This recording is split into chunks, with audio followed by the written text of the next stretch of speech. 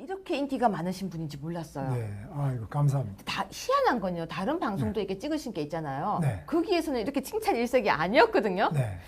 사회자가 좋았던 게 아닐까. 아 그런데 네, 네 한때는 네. 좌파, 좌익 이렇게 불렸던 분이시죠.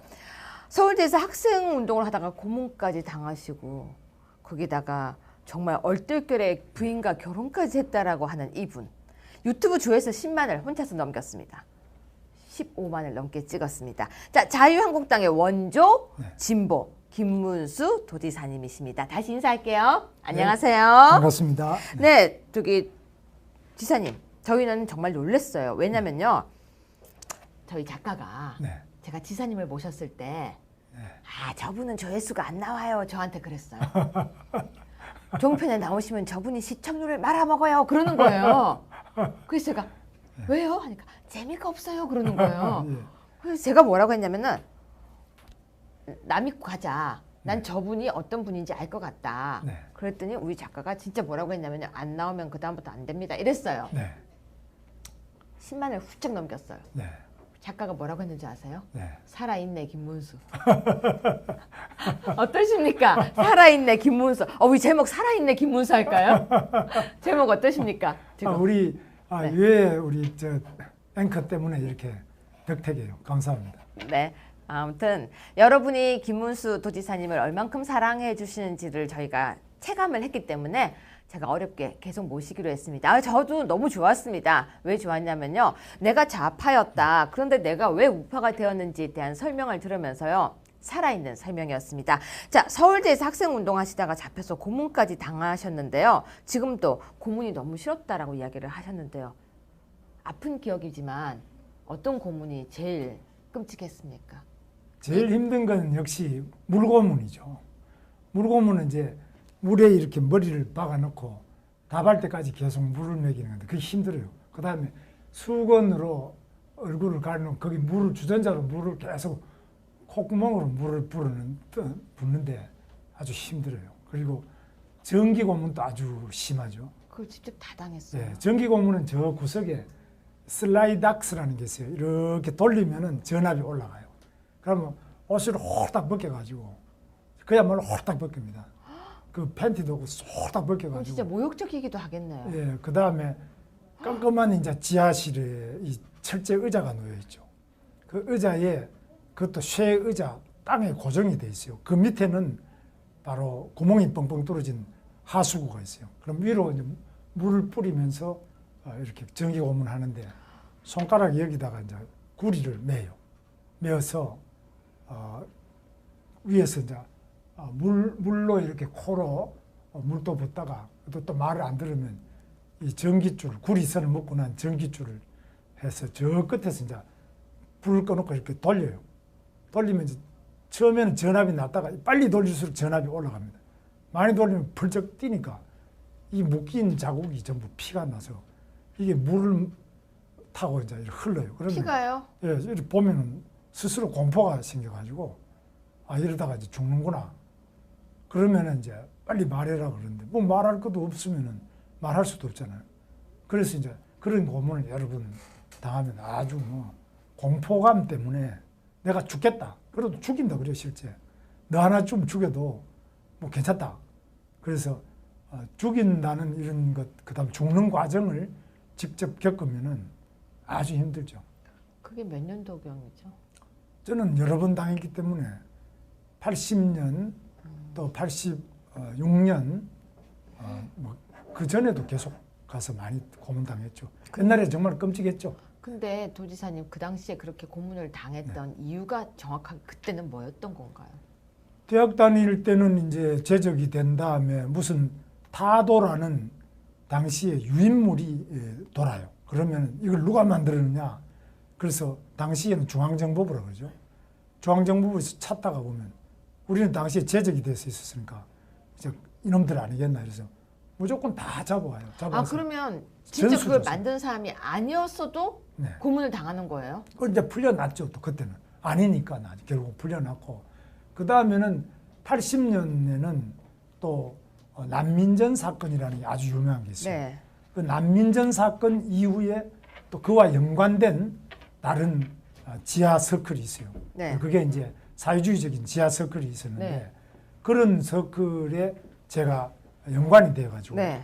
위에서 잡혀가서 다 말했기 때문에 저도 이제 나중에 잡혀가서 그 위에서 말한 거 불어라. 그럼 결국은 한마디로 사회주의자였다. 네. 이런 걸 불어라는데 그런 것들이 불 때까지 계속 고문하니까 굉장히 힘든 거죠. 그런데요, 도지사님, 그 당시에 그렇게 고문을 당하고 그렇게 하고 나면 이렇게 약간 공포감 같은 게 안 생겨요? 많이 생기죠. 그러니까 그리고 지금도 그런 예. 걸 잊기 힘들지 않나요? 그렇죠. 마지막에 제가 잡혀갔은 것이 1986년, 86년이었는데 그때는 바로 이제 직선제 개헌투쟁. 그래서 5.3 직선제 인천 개헌 현판식이 있었어요. 그때 이제 제가 그 인천에서 시위를 주도를 했는데 상당한 그 폭력 시위였죠. 그 시위에 제가 배후 주동자로 몰려가지고 이제 보안대로, 군내 보안대로 갔다가 또 나중에 경찰 대공 분실로 갔다가 이제 감옥살이를 2년 5개월 했는데요. 그때도 뭐 워낙 많이 맞았기 때문에 근데 그때는 이제 박노해 시인이 있어요. 맞아요. 예. 기억나요. 예, 박노해를 찾아내라. 어디 있느냐? 그다음 지금 네. 심상정을 찾아내라. 근데 저는 이 두 사람이 찾아낼 수도 없지만은 또 말할 수도 없잖아요. 그래서 계속 그 말을 안 하기 때문에 말할 때까지 분 때린다. 이래가지고 계속 전기고 오면 이제 물고 오면 계속 당하는 거죠. 근데 도지사님, 그렇게 이제 어려운 시절을 겪고 그래도 소신을 굽히지 않고 지내오셨는데 지금보다 그때가 더 말랐던 거 아니에요? 그때가 더 지금은 이제 몸무게가 좀 늘었어요. 그러니까 그때가 더 말랐었죠. 살이 더 없었죠. 물론 그때가 지금보다 한 10kg 이상은 더 적겠죠. 제가 진짜 할 말이 없습니다. 저는 진짜 겁이 날 것 같은데요. 그런 시절을 이겨내셨기 때문에 지금 이렇게 그런데 그 이제 고문하는 수사기관에서 고문도 당하지만 저는 감옥 안에서도 고문을 많이 당했어요. 당시에는 한번 감옥에 잡혀오면은 예를 들면 건국대에서 시위를 한 사건이 있는데요. 기억나요. 예. 엄청 큰 사건이었죠. 예, 그 사건 80몇 년도. 86년이에요. 그 총장까지 막 나가고 엄청 큰 사건, 건대 사건. 건대 사건. 그때 한 400여 명이 하룻밤에 잡혀왔어요. 서울구치소도 제가 아는 저희 선배들이 그때 네. 다 잡혀갔었어요. 네. 제가 건대 나왔거든요. 그랬어요? 그래서 한꺼번에 막 그 당시 400 명. 82, 83 선배들이 싹 다 없어졌다고 하는 네. 사건이에요. 그리고 그때는 한꺼번에 많이 들어오기 때문에 서울구치소가 만원이 돼서 네. 너무 많이 갑자기 잡혀오니까 이 말을 안 듣고 또 와서 떠들고 이러니까 막 그냥 패가지고 하는데 제가 그때 나이가 좀 많은 선배였어요. 저는 아무것도 안 했는데도 그냥 제가 선배니까 저부터 그냥 그 먹방에 데리고 가서 완전히 꼭꼭 묶는 고문이 있는데요. 이걸 몸으로 밧줄을 아주 꼭꼭 묶고 그럼 이제 나중에 못 살겠다 해서 죽으려고 하면 못 죽게 위에 투구를 씌웁니다.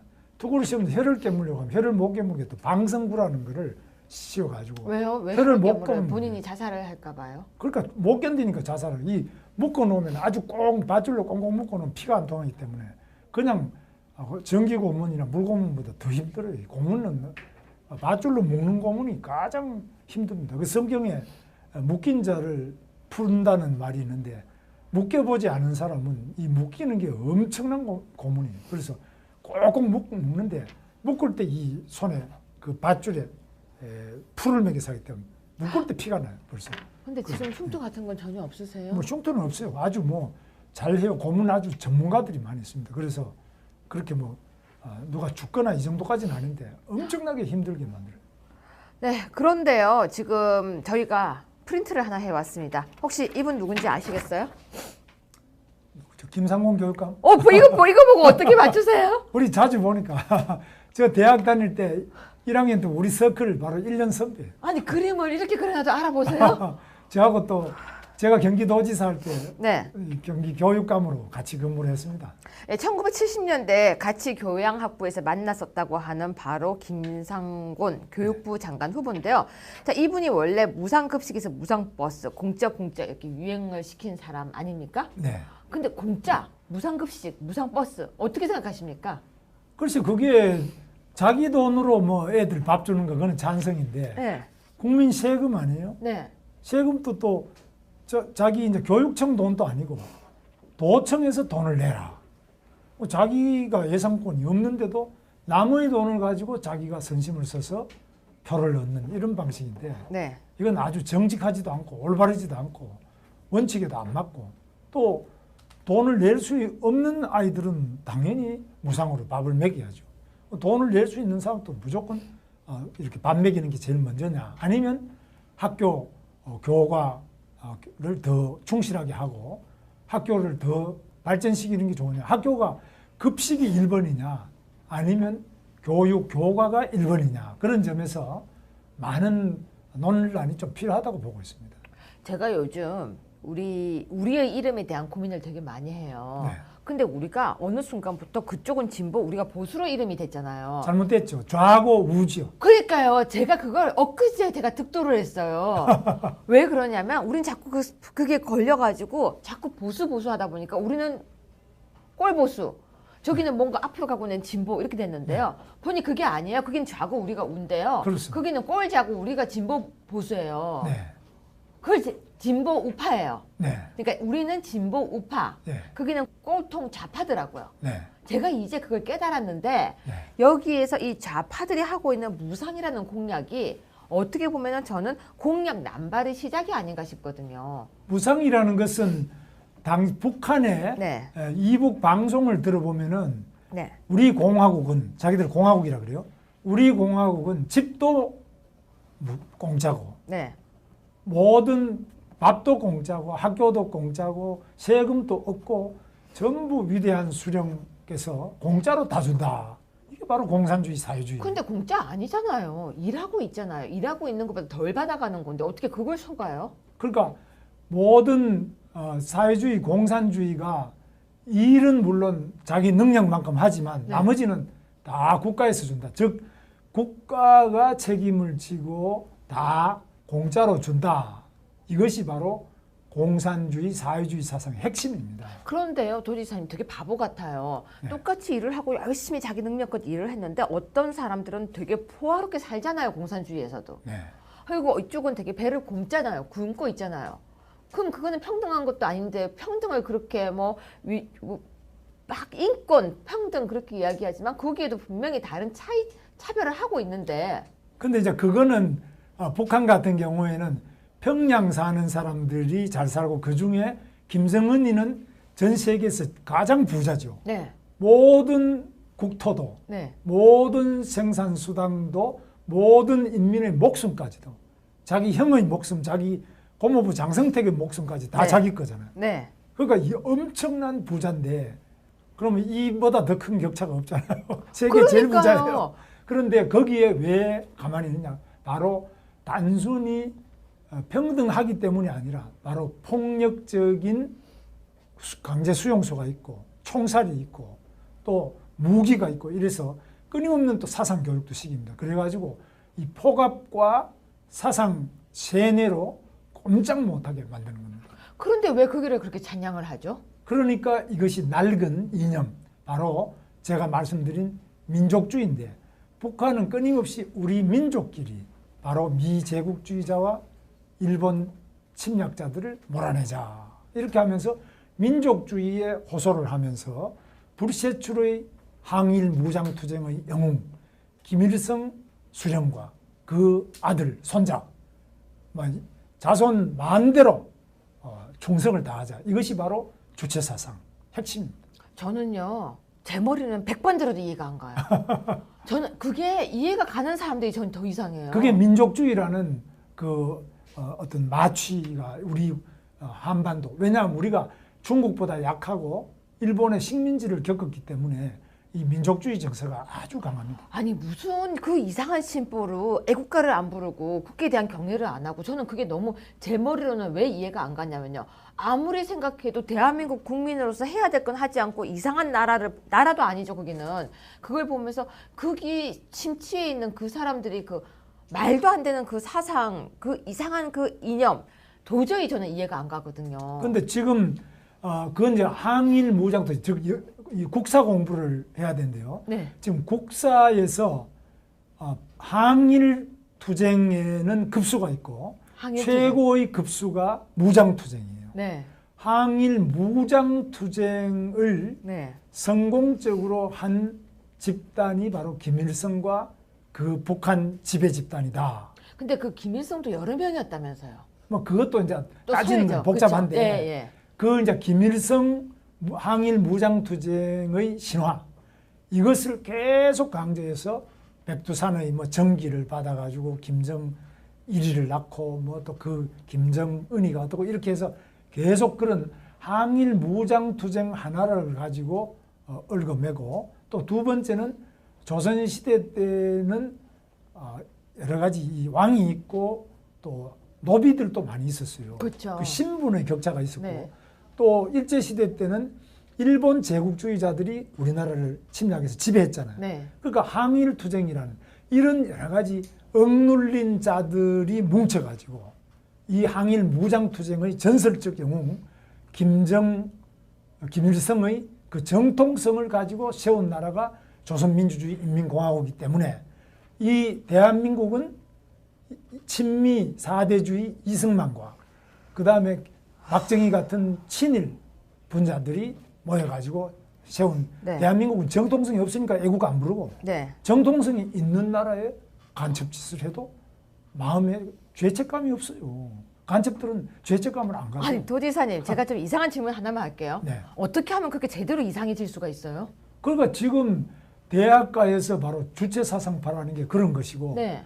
저는 북한의 간첩들하고 광주교도소에서 같이 살아봤는데 이 간첩들의 생각에는 정말 자기 조국은 오직 하나, 조선민주주의 인민공화국 김일성 수령님과 네. 그 공화국밖에 없다. 그러니까 대한민국 자체는 괴뢰 국가고 괴뢰 도당이요. 이것은 곧 북한 조선민주주의 인민공화국에 의해서 통일이 돼야 될, 우리 민족끼리 하나의 통일을 해야 된다. 그 과도적 단계로서 연방제 통일, 고려 연방제 이런 걸 주장하는 겁니다. 아니 도지사님, 제가 요즘 아주 걱정이 하나가 있는데요. 네. 우리보다 더 어린 지금 초등학생, 중학생, 고등학생들이 교육을 아주 희한하게 받고 있어요. 어떤 교육이냐면요, 이런 북한이라든지 이 개념이 아주 희석이 돼 버렸어요. 우리가 분단 국가라는 것도 잘 모르는 아이들이 많아요. 그래서 저는 이 좌경화되어 가고 있는 이 교육에 대한 정말 뿌리, 그리고 우리가 지금 이 내용이 뭔지를 알아야 되고, 대학생들조차도 잘 모르는 경우가 많아요. 20몇 살 정도 되는 대학생들도 북한 하면 그게 뭐 그렇게 나쁜데, 어차피 우리 민족인데 이런 얘기를 해요. 그런데 물론 북한에 있는 정말 고통받고 있는 우리 민족들이 고통받고 하는 거에 대해서 북한 인권법, 그건 당연히 저도 찬성이에요. 근데 그게 그 얘기가 아니잖아요, 지금 하고 있는 얘기가. 그래서 제가 도지사님을 이 자리에 계속 모시게 된 거예요. 이 이야기를 해줄 수 있는 사람이 도지사님밖에 없어요.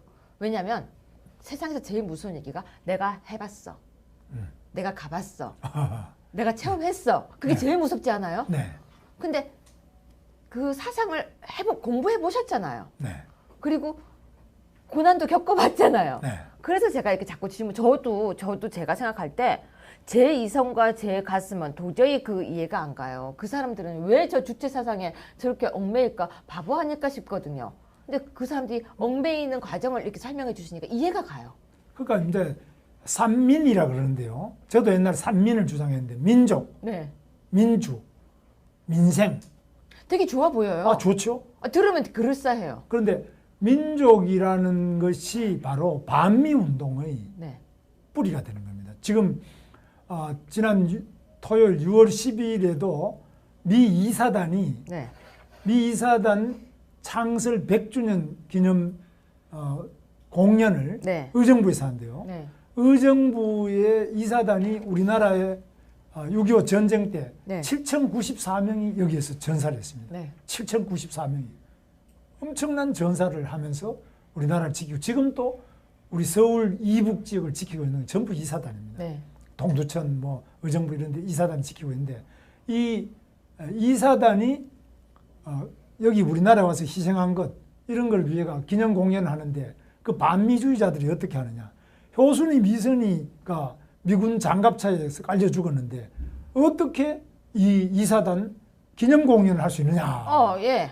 그래가지고 그걸 반대하고 해서 인순이 아버지는 미군이거든요. 알죠? 그러니까 인순이는 아버지를 생각해서 꼭 그 미군 공연에 잘 와요. 협조를 항상 하는데. 많이 했다면서요. 예, 그때 네. 왔다가 울기만 펑펑 울고 이번에. 예, 이번에 공연을 못하고 갔는데 이유는 바로 공연하게 되면은 그 반미주의자들의 직접적인 공격, 아주 집요한 벌떼 공격에 의해서 자기가 완전히 공연을 못할 지경 되기 때문에 겁이 나서 다 취소하고 모든 가수들이 취소하고 다. 그러면 그게 블랙리스트 아니에요? 블랙리스트가 아니라 이거는 직접적인 땡벌 공격을 통해 가지고 땡벌? 바로 그냥 즉사를 시키는 겁니다. 뭐 블랙리스트도 없고 현장 즉사입니다. 이거는 그냥 완전 그 공연 자체가 없어지는 이런 야만적인 형태가 이루어지고 있는데 오늘 새로운 용어 창출하셨어요. 땡벌 공격. 예, 이 미군들이 보면요 정말 황당하잖아요. 자기들은 여기 와서 이사단 7,094명이 죽었는데 네. 그때 제가 이제 효순이 미선이 제가 경기도지사를 했지 않습니까? 그래서 효순이 미선이가 미군 장갑차에 치여 죽은 그 장소를 가봤어요. 제가. 예. 가봤는데 거기는 바로 길이 너무 좁아가지고 장갑차가 조금 넓어요. 폭이요. 맞아, 진짜 예. 크지 않아요? 넓기 때문에 보통 차는 거기 지나가는데 장갑차가 지나갈 때는 그 학생들이 비낄 데가 없어요. 비끼면 그 옆에 또 낭떠러지예요. 그래서 아주 길이 산골 길이에요. 커브진 길인데 그래서 그 옆에 지금 또 무덤이 있습니다. 그래서 그 아버지도 만나고 제가 만나봤는데 아버지는 아주 선량한 분이에요. 근데 이것을 반미 운동에 이용을 해가지고 당시에 이해창 총재를 떨어뜨리고 노무현 대통령 당선시키는데 정말 일조를 했잖아요. 요즘 세월호 달고 있는 것보다 이번에는 더 황당한 거죠. 그때는 장갑차, 이번에 세월호네요. 그렇습니다. 이거 아주 그냥 그때는 미군들이 고의로 죽였다. 미군들이 왜 이 어린 아이를 치워 죽인다. 안중에 없는 거 아니야. 근데 실제로 그 장소는 그 장갑차가 지나가기에는 피할 길이 없는 길이었습니다. 그 길에 한 번만 가보면은 금방 이해가 갑니다. 그런데 우리 효순이 미선이는 참 안타까운 일이고 이런 사고가 없어야 되지만 너무 마음이 아팠죠, 그 당시. 그러나 이것을 미군이 뭐 우리를 무시해서 죽인 거 아니냐 이런 반미 선동에 이용하는 것은 매우 사악한 일로 이거는 미국 사람들이 볼 때는 참 이해하기 어려울 거예요. 제가 그래서 도지사님을 모시고 이제 계속해서 이런 이념에 대한 이야기, 그리고 우리가 좌파, 우파 계속 보수라는 말에 얽매여 있었던 걸 이제 탈피하는 과정을 계속 거치기 위해서 김문수의 쓴소리라는 코너를 만든 거거든요. 그래서 제가 이제 지난주에 모시고 난 이제 정리가 됐어요. 좌파, 우파. 우리는 이제 진보 우파가 되어야 되고 좌파는 꼴통 좌파라고 이름을 지어야겠다. 꼴통이잖아요. 이런 행동하니까 땡벌 공격. 오늘 최고의 말 같아요. 그렇게 했는데 돌직구 질문 하나만 드릴게요. 예. 당황하지 마세요. 아니 이렇게 정치도 오래 하시고 이렇게 다양한 경험도 하시고 정말 좌에서 우까지 오시면서 우리를 지켜주셨는데 왜 대통령은 안 되셨습니까? 제가 부족해서 그런데요. 아니 그래도 그런 대답 말고요. 솔직히 진짜 왜 솔직히 나는 내가 생각할 땐 될 것 같은데 이래서 안 됐다 뭐 이런 얘기. 좌파에서는 저를 배신자로 보고 우파에서는 저게 트로이 목마 아니냐 간첩이다. 양쪽이 다 의심을 하더라고요. 아직도 그런 분이 계세요. 그래요? 그래서 우리 대한민국에는 저 같은 사람이 굉장히 어려운데 제가 경기도지사를 할 때 바로 부산에서 그 노무현 대통령이 변호했던 불임 사건이 있어요. 네, 알아요. 그것도 좌파 사건이에요. 네. 거기에 관여하고 감옥을 7년 이상 산 어떤 제 후배가 있어요. 네. 광주 교도소에서 만났는데 네. 그 친구는 저보다 감옥을 7년 이상 살았어요. 더 많이 살았잖아요. 네. 근데 그 친구를 제가 잘 설득을 해서 좌파에서 우파로 이제 바꿔갖고 전향까지. 예, 경기도에 제가 보좌관으로 같이 있었는데 네. 창조학교라고 이은영생 하는 네. 거기도 같이 있고 있는데 최근에 그 그룹이 한 20명 돼요. 네. 불임사건 그룹이. 네. 이쪽이 전부 노무현 대통령 돕다가 이번에는 문재인 대통령을 도왔어요. 네. 그래서 뭐 도저히 자기 친구들하고 관계나든지 이것 때문에 그쪽하고 또 같이 좀 어울려야 되겠다. 그래서 내가 뭐 물론 알아서 해라. 그렇지만은 우리가 어느 것이 옳은지 어느 것이 그른지 이거는 분명히 해야 되겠다. 이렇게 했는데 정말 한 사람의 사상을 바꾼다는 것은 담배 끊는 것보다 훨씬 어렵습니다. 아편 끊는 것보다 훨씬 어려워요. 연억의 고통을 거치는 엄청난 사상적 고뇌를 겪지 않으면 이 좌익 사상을 버리기가 어렵습니다.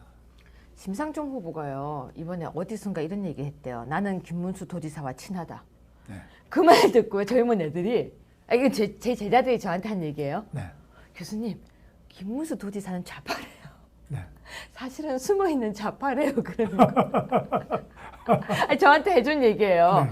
그게요. 그 심상정 후보가 어디선가 무슨 토론 뭐 어디 이렇게 학생들 만난 자리에서 그랬나 봐요. 교수님 알고 계세요 하고 얘기해 주는 거예요. 네. 왜냐하면 제가 아침 방송에 이렇게 나오는데 근처에 있는 사진이 찍혔나 봐요. 우리 회의하는 장면이. 네. 그런 오해를 받으시더라고요. 그렇습니다. 저는 뭐 이쪽 저쪽으로 그러다 보니까 뭐 이렇게 하면 이쪽에서 그러고 저렇게 하면 저쪽에 그러는데 참 그래 어렵구나. 그래서 제가 특히 사상적으로 주체 사상에 빠졌던 사람, 그 다음에 계급 투쟁론에 빠져서 네. 있던 그 민노총 이런 분들하고 대화할 때는 저는 시간을 넉넉하게 잡아서 이번에 안 되면 다음에 또 보자. 언제라도 좋다. 뭐 횟수 제한 없고 시간 제한 없고 장소 구애 없고 뭐 대화 주제 구분 없이 무제한적으로 뭐라도 하자. 그리고 꾸준하게 해서 10년 해도 도로함이 타불되는 경우가 많아요. 그만큼 이 사상의 뿌리는 무서운 겁니다. 그런데 요즘에 뭐 어떤 사람들이 그러잖아요. 이명박 대통령도 그랬지만은 뭐 지금 이념의 시대는 가고 실용의 시대가 왔다. 절대 아니에요. 무슨 지금 이념이 있느냐. 절대 정책을 아니에요. 내야지. 그런데 이런 말은 얼마나 무지하냐면 북한은 그럼 저기 무슨 정책이 있고 뭐가 있으면 저건 오직 이념입니다. 오직 사상입니다. 정말 무서운 겁니다. 이 좌익의 사상은 담배나 아편보다도 끊기가 더 어렵습니다. 시청자 여러분, 저는요. 태생부터가 저는 좌가 될 수 없는 태생이었던 것 같아요. 한 번도 그쪽을 생각해 본 적이 없었습니다. 전 제가 운지도 모르고 살아갔었어요. 그냥 다만 논리적으로 전 법치주의라고 살았었습니다. 근데 너무 좌쪽을 향하고 있는 사람들을 보면 그 사람들의 심리가 이해가 도저히 안 갔습니다. 쟤네들 바본가? 라는 그 정도로 이해가 안 갔는데요. 도지사님 백부 이야기를 들으면서 이제 알 것 같아요. 왜 그렇게 잘못된 생각 속에 빠져 살고 있는지. 저 요즘 공부 되게 많이 하고 있습니다. 두 가지입니다. 네. 하나는 젊은이들의 이상, 그리고 젊은이들은 급진적으로 이 이상을 실현할 수 있다는 혁명적 생각을 가지기 쉽습니다. 네. 두 번째, 북한이라는 막강한 영토와 그리고 권력과 또 핵무기 미사일까지 가지고 있고요. 필요하다면 간첩들한테 달러도 주고 그리고 미인계도 쓰고 네, 맞아요. 다 모든 수단, 물질적 수단을 가지고 있는 조선민주주의 인민공화국이 바로 우리가 딱 붙어 있다는 거예요. 이 두 가지 이유 때문에 우리 대한민국은 절대로 이 이념에 대한 끈을 놓치는 순간 적화가 바로 됩니다. 그래서 도지사님이 계속해서 우리 방송에서요. 김문수의 쓴소리를 해주셔야 되는 거예요. 젊은 사람들이 이 내용을 못 들으면요. 혹 하고 넘어간다니까요. 큰일 나요. 젊은이들하고 제가 이야기해봐도 잘 안 먹혀요. 왜? 모든 방송과 모든 주요 정치 지도자가 이 좌익 사상의 그 해독이, 그 뿌리가 얼마나 젊은이들을 뿌리 깊게 잡고 있는지를 모르기 때문에, 경험하지 않았기 때문에 정말 저는 우리나라가 위험하다 보고 있습니다. 네, 제 페이스북 댓글에요. 친구들이 신청을 했습니다. 젊은 청년들이었습니다. 21살부터 26살까지 청년들이요. 이렇게 연락이 왔었습니다. 저 우파입니다.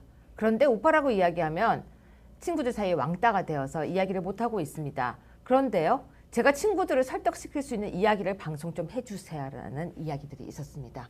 많은 사람들이 특히 군대를 다녀온 젊은 청년들이 가슴에서 내가 우파라는 건 알고 있지만 그걸 설명할 길이 없다라고 하는 부르짖음을 들었습니다. 도지사님 계속해서 모시겠습니다. 그리고 이야기하겠습니다. 여러분이 원한다면 계속해서 우리가 왜 우파인지 자 다시 정리해드리겠습니다. 꼴통 좌파와 진보 우파의 싸움이 시작되었습니다. 우리는 누구라고요? 진보 우파입니다. 그쵸? 예, 그렇습니다. 저 도와주셔야 돼요. 물론입니다. 네. 우리 젊은이들을 위해서, 네. 그럼요. 이 대한민국을 위해서, 그럼요. 그리고 무엇보다도 북한에서 고통받고 있는 우리 2,400만 우리의 착한 동포들, 그분들의 피눈물과 굶주림과 네. 그 억압을 우리가 외치지 않으면 누가 과연 그분들을 풀어주겠습니까? 정말 우리 함께 해봅시다. 해주셔야 돼요. 네, 물론. 해보셨으니까. 네, 가보셨으니까. 끝까지 가보셨으니까. 네, 같이 갑시다. 공부해보셨으니까. 저는 지금 옆에서 열심히 공부하고 있습니다. 열심히 따라가겠습니다, 도지사님. 네. 다음 시간에도 꼭 나와주세요. 네. 고맙습니다. 교양학부에서 만났었다고 하는 바로 김상곤 교육부 장관 후보인데요. 자, 이분이 원래 무상급식에서 무상버스, 공짜 이렇게 유행을 시킨 사람 아닙니까? 네. 근데 공짜, 무상급식, 무상버스 어떻게 생각하십니까? 글쎄 그게 자기 돈으로 뭐 애들 밥 주는 거 그건 찬성인데 네. 국민 세금 아니에요? 네. 세금도 또 자기 이제 교육청 돈도 아니고 도청에서 돈을 내라.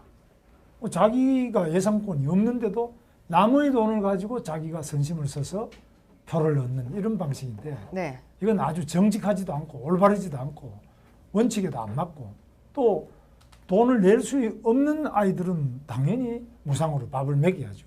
돈을 낼 수 있는 사람도 무조건 이렇게 밥 먹이는 게 제일 먼저냐 아니면 학교 교과를 더 충실하게 하고 학교를 더 발전시키는 게 좋으냐. 학교가 급식이 1번이냐 아니면 교과가 1번이냐. 그런 점에서 많은 논란이 좀 필요하다고 보고 있습니다. 제가 요즘 우리의 이름에 대한 고민을 되게 많이 해요. 네. 근데 우리가 어느 순간부터 그쪽은 진보, 우리가 보수로 이름이 됐잖아요. 잘못됐죠. 좌고 우지요. 그러니까요. 제가 그걸 엊그제 제가 득도를 했어요. 왜 그러냐면 우린 자꾸 그게 걸려가지고 자꾸 보수 하다 보니까 우리는 꼴보수. 저기는 뭔가 앞으로 가고 있는 진보 이렇게 됐는데요. 보니 그게 아니에요. 그긴 좌고 우리가 우인데요. 그렇습니다. 거기는 꼴자고 우리가 진보 보수예요. 네. 그걸 진보 우파예요. 네. 그러니까 우리는 진보 우파. 네. 거기는 꼴통 좌파더라고요. 네. 제가 이제 그걸 깨달았는데 네. 여기에서 이 좌파들이 하고 있는 무상이라는 공약이 어떻게 보면은 저는 공약 남발의 시작이 아닌가 싶거든요. 무상이라는 것은 북한의 네. 이북 방송을 들어보면은 네. 우리 공화국은 자기들 공화국이라 그래요. 우리 공화국은 집도 공짜고 네. 모든 밥도 공짜고 학교도 공짜고 세금도 없고 전부 위대한 수령께서 공짜로 다 준다. 이게 바로 공산주의 사회주의. 근데 공짜 아니잖아요. 일하고 있잖아요. 일하고 있는 것보다 덜 받아가는 건데 어떻게 그걸 속아요? 그러니까 모든 맞죠. 그걸 직접 다 당했어요. 네, 전기 고무는 저 구석에 슬라이닥스라는 게 있어요. 이렇게 돌리면은 전압이 올라가요. 그러면 옷을 홀딱 벗겨가지고 그야말로 홀딱 벗깁니다. 그 팬티도 홀딱 그럼 벗겨가지고. 진짜 모욕적이기도 하겠네요. 예, 그 다음에 깜깜한 이제 지하실에 이 철제 의자가 놓여 있죠. 그 의자에 그것도 쇠 의자 땅에 고정이 돼 있어요. 그 밑에는 바로 구멍이 뻥뻥 뚫어진 하수구가 있어요. 그럼 위로 이제 물을 뿌리면서 이렇게 전기 고문하는데 손가락 여기다가 이제 구리를 매요. 매어서 위에서 이제 물로 이렇게 코로 물도 붓다가 또 말을 안 들으면 이 전기줄 구리선을 먹고 난 전기줄을 해서 저 끝에서 이제 불을 꺼놓고 이렇게 돌려요. 돌리면 이제 처음에는 전압이 낮다가 빨리 돌릴수록 전압이 올라갑니다. 많이 돌리면 펄쩍 뛰니까 이 묶인 자국이 전부 피가 나서 이게 물을 타고 이제 이렇게 흘러요. 그러면 피가요? 예, 이렇게 보면은 스스로 공포가 생겨가지고 이러다가 이제 죽는구나.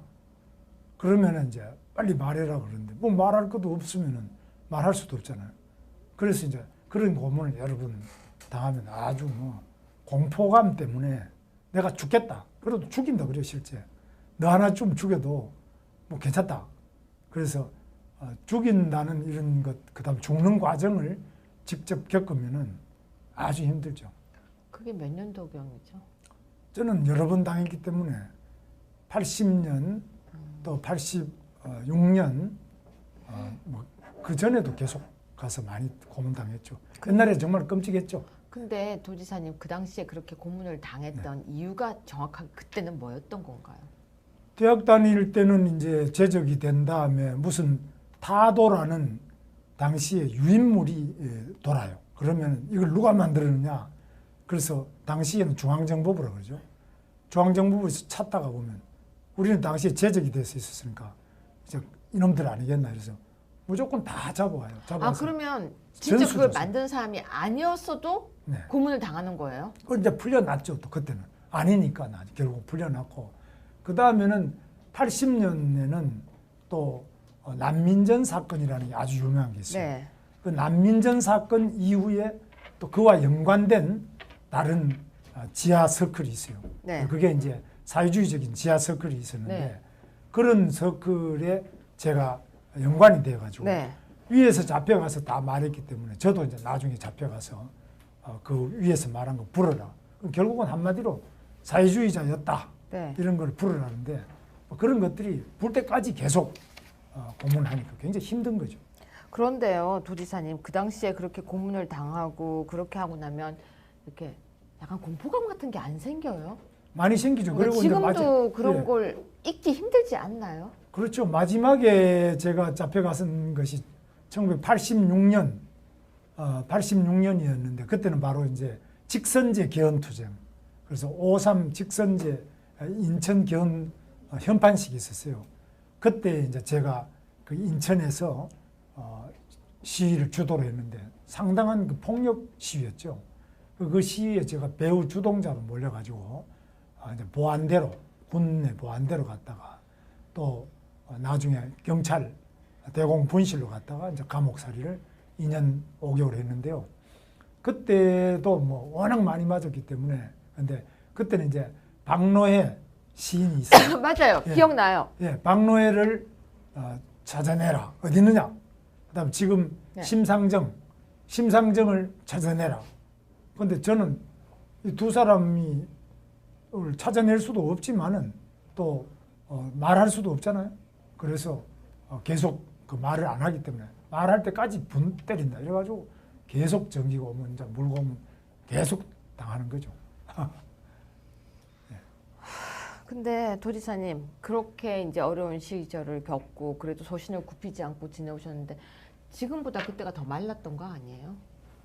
그때가 더 지금은 이제 몸무게가 좀 늘었어요. 그러니까 그때가 더 말랐었죠. 살이 더 없었죠. 물론 그때가 지금보다 한 10kg 이상은 더 적겠죠. 제가 진짜 할 말이 없습니다. 저는 진짜 겁이 날 것 같은데요. 그런 시절을 이겨내. 저는 이렇게 인기가 많으신 분인지 몰랐어요. 네, 아이고 감사합니다. 다 희한한 건요. 다른 방송도 이렇게 찍으신 게 있잖아요. 네. 거기에서는 이렇게 칭찬 일색이 아니었거든요. 네.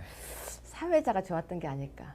그런데 네, 네 한때는 네. 좌파, 좌익 이렇게 불렸던 분이시죠. 서울대에서 학생 운동을 하다가 고문까지 당하시고 거기다가 정말 얼떨결에 부인과 결혼까지 했다라고 하는 이분. 유튜브 조회수 10만을 혼자서 넘겼습니다.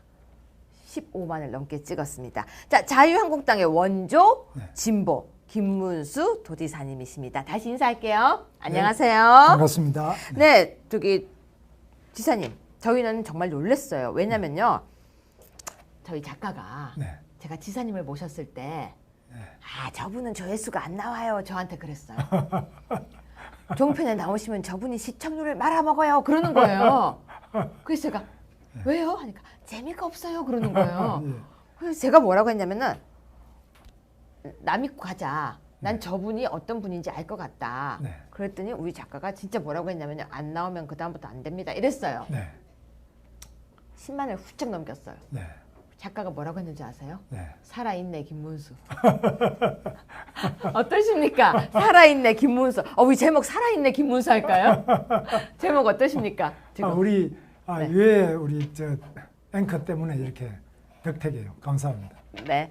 아무튼 여러분이 김문수 도지사님을 얼만큼 사랑해 주시는지를 저희가 체감을 했기 때문에 제가 어렵게 계속 모시기로 했습니다. 저도 너무 좋았습니다. 왜 좋았냐면요. 내가 좌파였다. 그런데 내가 왜 우파가 되었는지에 대한 설명을 들으면서요. 살아있는 설명이었습니다. 자, 서울대에서 학생운동 하시다가 잡혀서 고문까지 당하셨는데요. 지금도 고문이 너무 싫었다라고 이야기를 하셨는데요. 아픈 기억이지만 어떤 고문이 제일 끔찍했습니까? 제일 힘든 건 역시 물고문이죠. 물고문은 이제 물에 이렇게 머리를 박아놓고 답할 때까지 계속 물을 먹이는 건데 그게 힘들어요. 그 다음에 수건으로 얼굴을 가리는 거기 물을 주전자로 물을 계속 콧구멍으로 물을 붓는데 아주 힘들어요. 그리고 전기 고문도 아주 셨기 때문에 지금 이렇게 그런데 그 이제 고문하는 수사기관에서 고문도 당하지만 저는 감옥 안에서도 고문을 많이 당했어요. 당시에는 한번 감옥에 잡혀오면은 예를 들면 건국대에서 시위를 한 사건이 있는데요. 아 기억나요. 예. 엄청 큰 사건이었죠. 예, 그 사건이 80몇 년도. 86년이에요. 그 총장까지 막 나가고 엄청 그렇죠. 큰 사건, 건대 아주 사건. 큰 건대 사건. 그때 한 400여 명이 하룻밤에 잡혀왔어요. 서울구치소도 제가 아는 저희 선배들이 그때 네. 다 잡혀갔었어요. 네. 제가 건대 나왔거든요. 그랬어요? 그래서 한꺼번에 막 그 당시 400 명. 82, 83 선배들이 싹 다 없어졌다고 하는 네. 사건이에요. 그리고 그때는 한꺼번에 많이 들어오기 때문에 서울구치소가 10,000원이 돼서 네. 너무 많이 갑자기 잡혀오니까 이 말을 안 듣고 또 와서 떠들고 이러니까 막 그냥 패가지고 하는데 제가 그때 나이가 좀 많은 선배였어요. 저는 아무것도 안 했는데도 그냥 제가 선배니까 저부터 그냥 그 먹방에 데리고 가서 완전히 꼭꼭 묶는 고문이 있는데요. 이걸 몸으로 밧줄을 아주 꼭꼭 묶고 그다음에 이제 나중에 못 살겠다 해서 죽으려고 하면 못 죽게 위에 투구를 씌웁니다. 투구를 씌우면 혀를 깨물려고 하면 혀를 못 깨물게 또 방성구라는 거를 씌워가지고 왜요? 왜 혀를 그렇게 못 물어요? 깨물면 본인이 자살을 할까 봐요. 그러니까 못 견디니까 자살을 이 묶어놓으면 아주 꼭 밧줄로 꽁꽁 묶어놓으면 피가 안 통하기 때문에 그냥 전기 고문이나 물 고문보다 더 힘들어요. 이 고문은 밧줄로 묶는 고문이 가장 힘듭니다. 그 성경에 묶인 자를 푼다는 말이 있는데 묶여보지 않은 사람은 이 묶이는 게 엄청난 고문이에요. 그래서 꼭꼭 묶는데 묶을 때 이 손에 그 밧줄에 풀을 매겨서 하기 때문에 묶을 때 피가 나요. 벌써. 근데 지금 흉터 같은 건 전혀 없으세요? 뭐 흉터는 없어요. 아주 뭐 잘해요. 고문 아주 전문가들이 많이 있습니다. 그래서 그렇게 뭐 누가 죽거나 이 정도까지는 아닌데 엄청나게 힘들게 만들어요. 네, 그런데요. 지금 저희가 프린트를 하나 해왔습니다. 혹시 이분 누군지 아시겠어요? 저 김상곤 교육감 이거 보고 어떻게 맞추세요? 우리 자주 보니까 저 대학 다닐 때 1학년 때 우리 서클 바로 1년 선배예요. 아니 그림을 이렇게 그려놔도 알아보세요? 저하고 또 제가 경기도지사 할 때 네. 경기 교육감으로 같이 근무를 했습니다. 네, 1970년대 같이